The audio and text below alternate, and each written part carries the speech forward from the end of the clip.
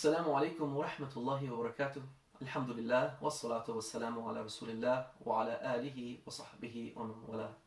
My dearest brothers and sisters, this Ramadan indeed is unique. It is unparalleled. It is something that none of us have experienced in our lives, nor have many of our grandparents and forefathers experienced something like this. A Ramadan where we, of course, don't have access to the masjid, but beyond that, just the uncertainty that's baked into everything happening in our lives, the chaos often of the household and the way that things are operating. And all of this uncertainty, it brings about for many people a sense of anxiety, a sense of nervousness, a lack of calm within us. And my message for today is really about this idea of uncertainty and how we should deal with it. Because Allah subhanahu wa ta'ala, He made this life nothing but a series of uncertain events that we would have to deal with.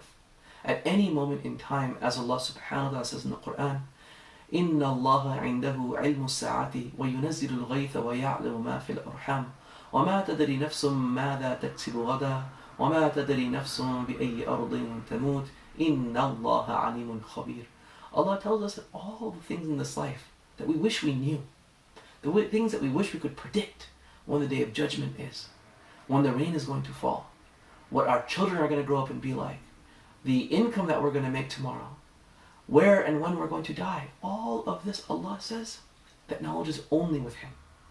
And this ayah is a reminder that we have such little knowledge about how the world operates. We are limited in our ability to forecast and predict future events. And this, despite many people's kind of attitude that this might be an annoyance, a nuisance, this is actually a rahmah from Allah subhanahu wa ta'ala. And I say that because when one acknowledges that Allah subhanahu wa ta'ala did not task us with being able to accurately predict the future, and He only tasked us that during the moments of uncertainty, that we rush to Him, we put our trust in Him, and we ask Him to guide us to that which is best, that we've done our job. That is the test of this dunya. It is not that we do everything perfectly, that we predict things and answer everything in advance.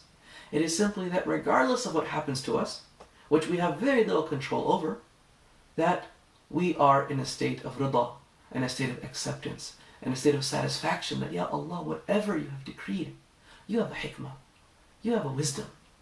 And perhaps we can seek and understand that wisdom, and sometimes perhaps we will not. And I want us to speak today about uncertainty tolerance. My dear brothers and sisters, people who have who are intolerant of uncertainty, it is those people who find themselves struggling in times like today. They find themselves with more stress and more anxiety, and those people find themselves often coping in worse ways by doing things that are less advantageous and less adaptive. And so the Prophet Muhammad ﷺ taught us in so many different ways to embrace uncertainty in life. When He told us about the hadith where He said that if you were to have the tawakkul of the birds, that Allah subhanahu wa ta'ala would provide for you like He provides for those birds, that they go out in the morning hungry and they come back at night and they're nourished. The birds do not know what time they're going to eat, where they're going to find their food, how much it's going to be, how tasty it's going to be. They wake up clueless. And Allah did not put us in such a situation where we're that clueless. But there will be unknowns, and there will be ambiguities. That, am I going to keep my job during this time? Will I get a pay cut during this time? Will I get sick? Will my family and my friends get sick? And when will life go back to normal? These are all things that are on all of our minds. But like the birds, we get a moment actually to put our trust in Allah. And that is a ni'mah. This is an incredible blessing that Allah has carved out a moment in time from our busy lives. And He's giving us a golden opportunity to say, will you put your trust in Me? Will you put your uncertainty in the One who is certain? Will you relinquish your desire to control and acknowledge that all control is in the hands of Allah subhanahu wa ta'ala? La hawla wa la quwwata illa billah.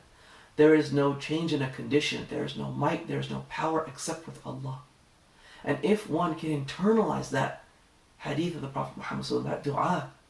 And you can say it every time you feel anxious and you feel stressed out and you feel like you don't have control. Then you have simply passed that uncertainty to Allah and said, Ya Allah, help me. And that's what the Prophet Muhammad did when he didn't know what was going to happen.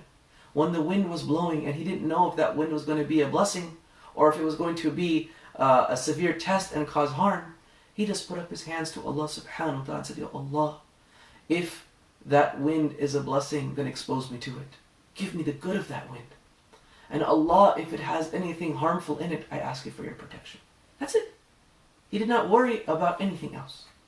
And when he taught us to make dua of istikhara, that when we don't know what to do, when there's uncertainty in what decision to make, put forth your effort, do your research, do your homework, make an educated decision, pray 2 rak'ahs of istikhara, put your head on the ground, get up, make a dua, Ya Allah, you know I don't know.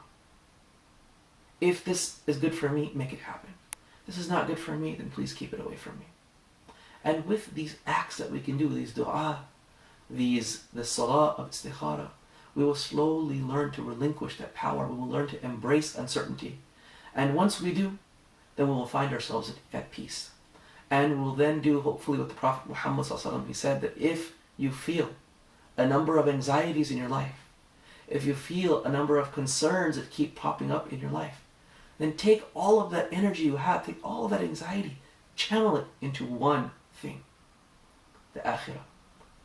If you focus on the anxiety of where you're going to end up on the Day of Judgment, then Allah subhanahu wa ta'ala will take care of the affairs of this life for you. And what the hadith means doesn't mean that you just pray and don't do anything else. But it means when you put your mind to pleasing Allah subhanahu wa ta'ala first and foremost, He will facilitate many other things happening with your hard work.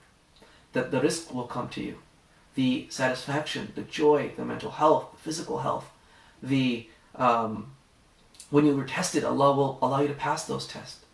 And so that's what this hadith means. We put forth our best effort, but we are focused on the akhirah. And while we focus on the akhirah, we will see our dunya being put into place by Allah subhanahu wa ta'ala. I ask Allah subhanahu wa ta'ala during these times of uncertainty to give us certainty in Him. To give us a certainty that when we call upon Him, He will respond and give us that which is best. Subhana rabbika rabbil izzati amma yasifun wa salamun ala al-mursaleen walhamdulillahi rabbil alameen. Wassalamu alaikum wa rahmatullahi wa barakatuh.